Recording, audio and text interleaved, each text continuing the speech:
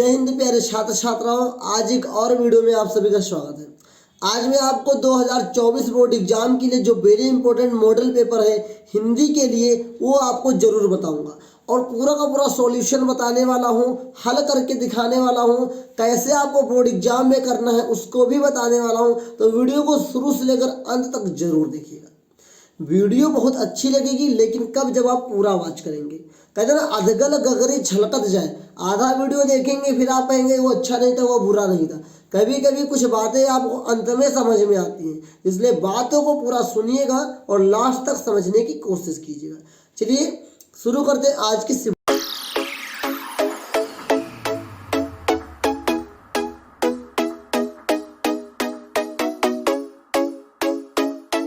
Video.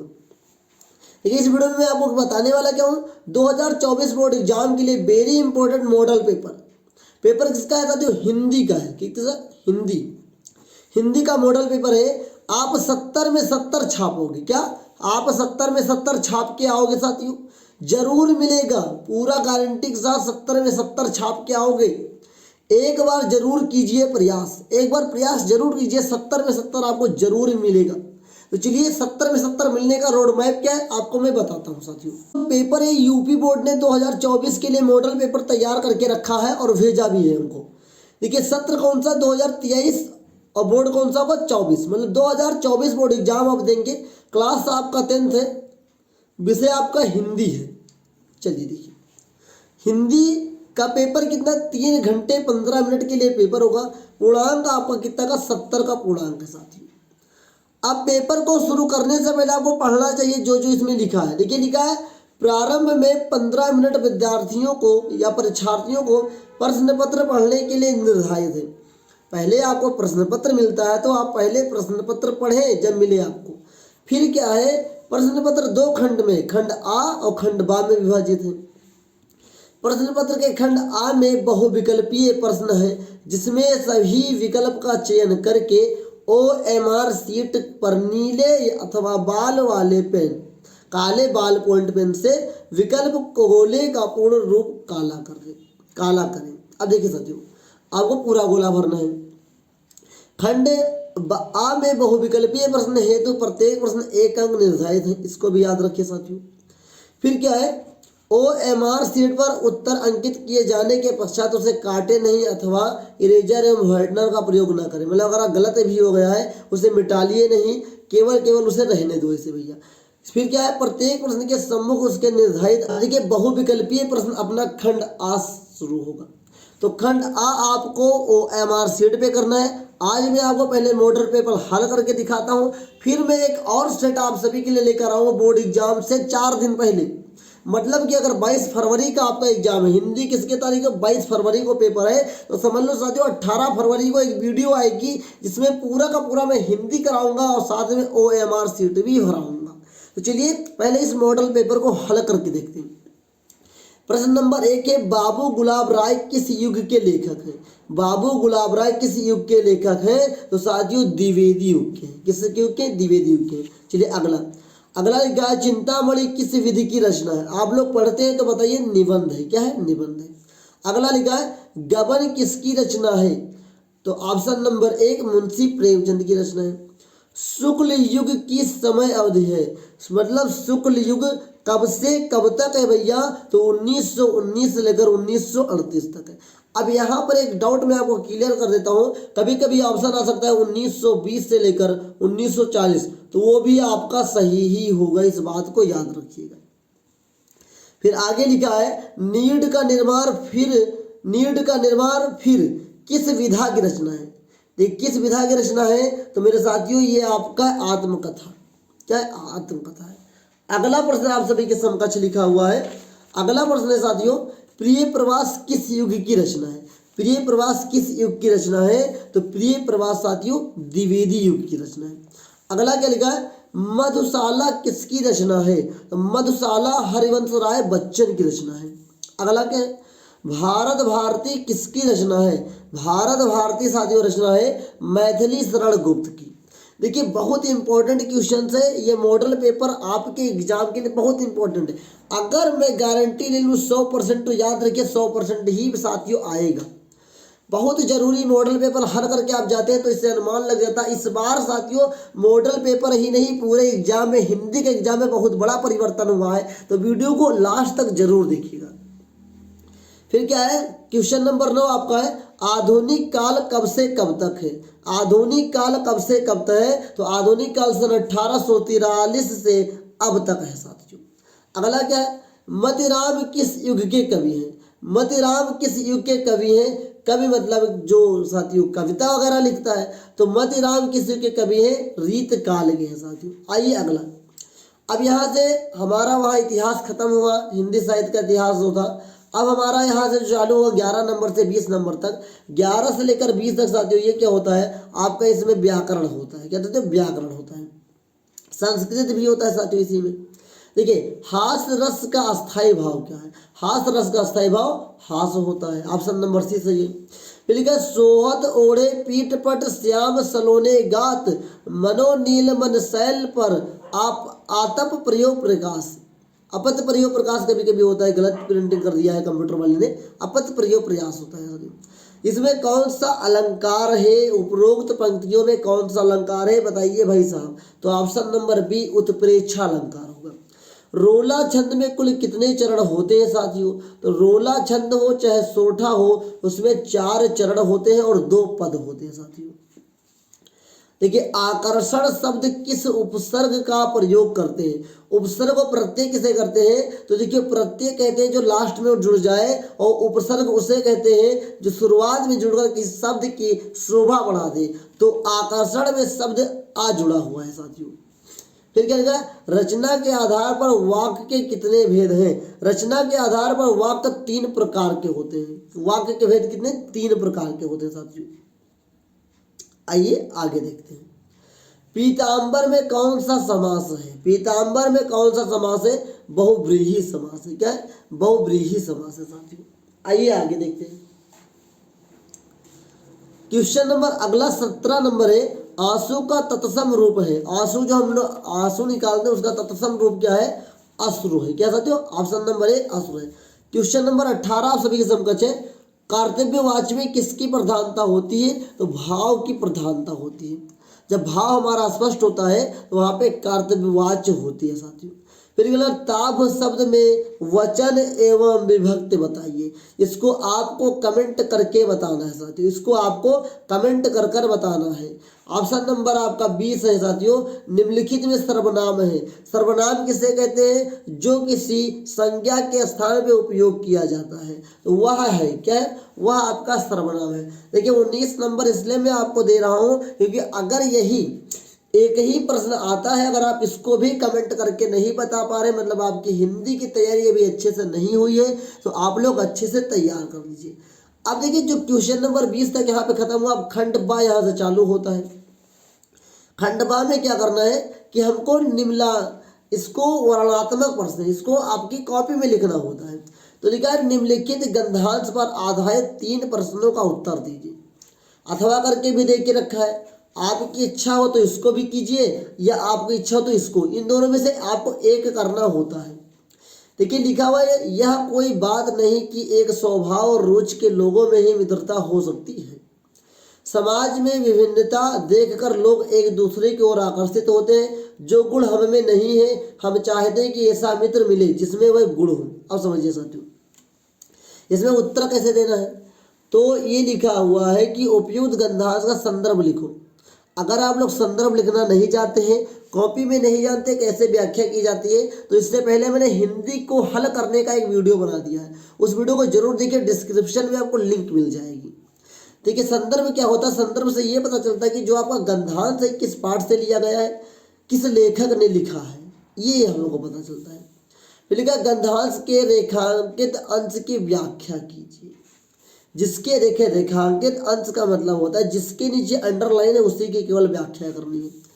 फिर क्या, लेखक के अनुसार आपको विभिन्नता देखकर लोग एक दूसरे की ओर क्यों आकर्षित होते हैं, इसको पढ़ने के बाद इसका उत्तर देना है। मैं कहता हूँ अगर आप कुछ भी याद करके ना जाओ तो 50% पेपर आप केवल इसी को हल कर सके, 50% नंबर हिंदी में वैसे भी ला सकते हैं, और थोड़ा याद कर लो आपका 70% नंबर लिखित आ जाएगा, 30% प्रैक्टिकल आपका आ जाएगा।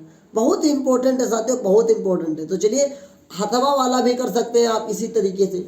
अगला प्रश्न आप सभी के समकक्ष होगा साथियों। आप देखिए साथियों, खंड बा में जो प्रश्न नंबर 2 होता है, ये होता है साथियों दिए गए पंद्यांश। एक आपका गद्यांश करना होता है, एक आपका पंद्यांश करना होता है। तो लिखा है चरण कमल बंदो हरिराई जाकी कृपा पंग गिर लागे।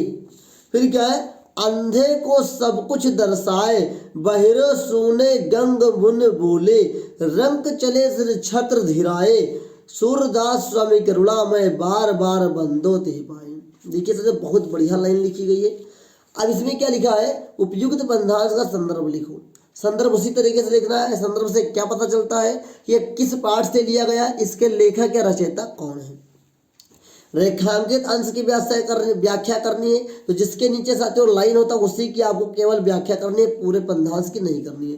फिर क्या, उपयुक्त पंक्तियों में कौन सा अलंकार है। चरण कमल बंदो हरिराई में साथियों कौन सा है, इसमें आपको बताना होता है। तो चलिए उसको करिए या तो अथवा करके, ये दोनों में से एक करना है। इस बात को याद रखिए, मैं बार बार कह रहा हूँ, क्योंकि बहुत लड़के यही गलती करके आते हैं कि दोनों कर जाते हैं, जिससे होता क्या है आपका समय बर्बाद होता है, पूरा का पूरा पेपर आप नहीं कर पाते हैं, जिससे आपका नंबर बहुत कम ही स्कोर हो पाता है।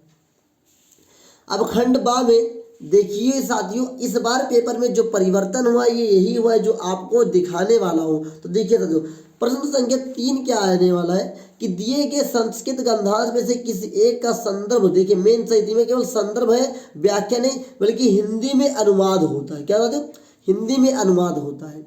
हिंदी में अनुवाद कीजिए। 2 नंबर आपको संदर्भ का मिलेगा, 3 नंबर आपको अनुवाद करने का मिलेगा। बहुत साथियों ऐसा न करे भारतीय संस्कृति, अब भारतीय संस्कृति आ गए, पकड़ लो, ये भारतीय संस्कृति से लिया गया। संदर्भ लिख दो भैया, इसका अनुवाद कर दो, आपका संदर्भ 5 नंबर तैयार हो जाएगा। कोई कहता है ना 50% ही पेपर में रहता है भैया, अगर आप मेहनत करोगे तो हल हो जाएगा। अब अथवा फिर इसमें आ गया, तो या तो उसको करो या तो इसको करो। अगला प्रश्न क्या है, दिए गए संस्कृत पंद्यांश में से किसी एक संदर्भ सहित व्याख्या कीजिए। जिस प्रकार से साथियों आपका हिंदी में आता है एक गद एक पद, उसी तरीके से संस्कृत में गंधांश एक पंद्यांश आता है साथियों। पंद्यांश मतलब श्लोक यहाँ पे है।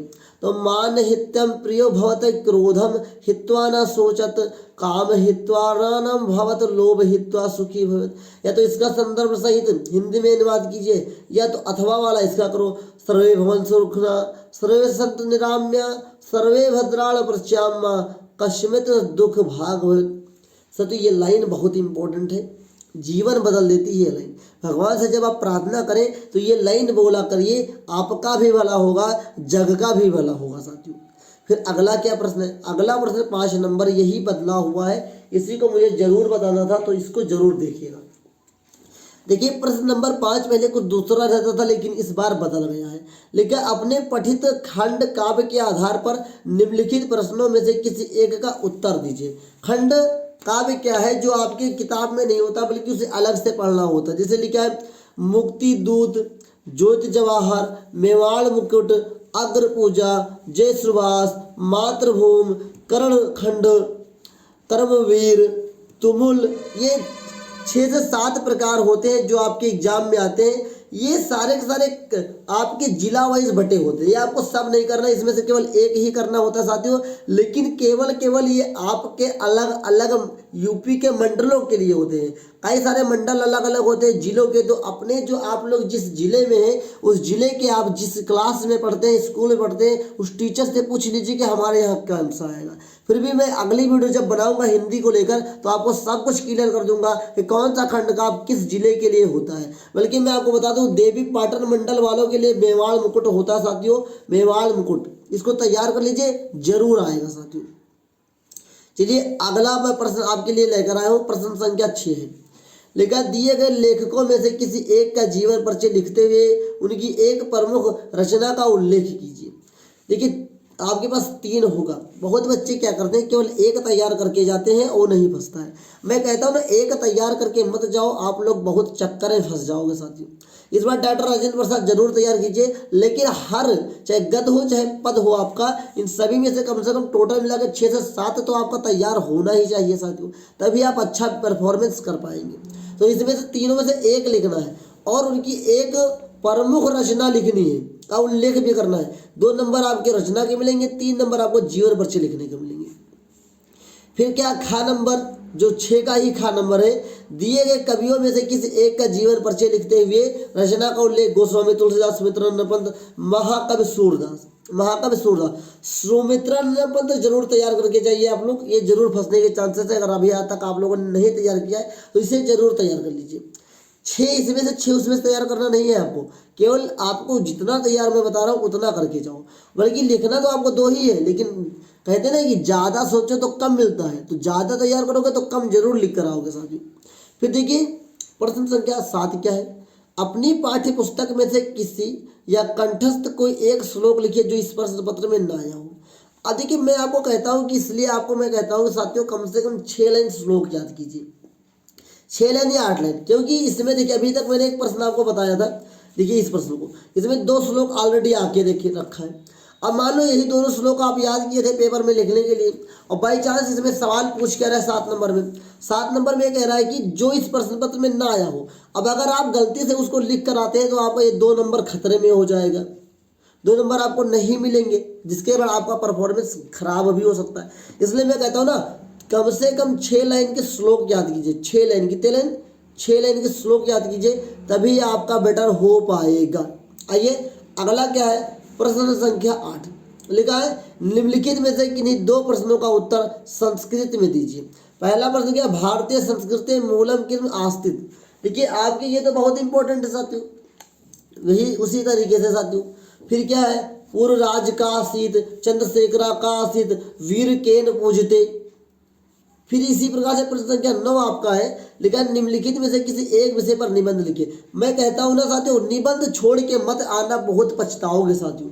निबंध अगर छोड़कर आ गए तो बहुत पछताओगे इस बार, क्योंकि 7 नंबर का सवाल है साथियों। 7 नंबर में अगर तुम कम से कम 5 नंबर जरूर निबंध का मिलता है अगर आप तैयार करके जाते हैं। सबसे ज़्यादा आप लोग पर्यावरण को तैयार करके जाइए और जनसंख्या तैयार करके जाइए, ये बहुत इंपॉर्टेंट है। वेरी 100% की गारंटी, ये जरूर आपके फंस जाएंगे साथियों, तो तैयार करके जाइए। क्वेश्चन नंबर जब 10 आता है आपके लिए, लिखा अपनी विशेष रुचियों का उल्लेख करते हुए अपने मित्र को एक पत्र लिखें, या उत्तर मध्य रेलवे को एक शिकायती पत्र लिखिए जिसमें टिकट निरीक्षक द्वारा किए गए अभद्र व्यवहार का उल्लेख हो।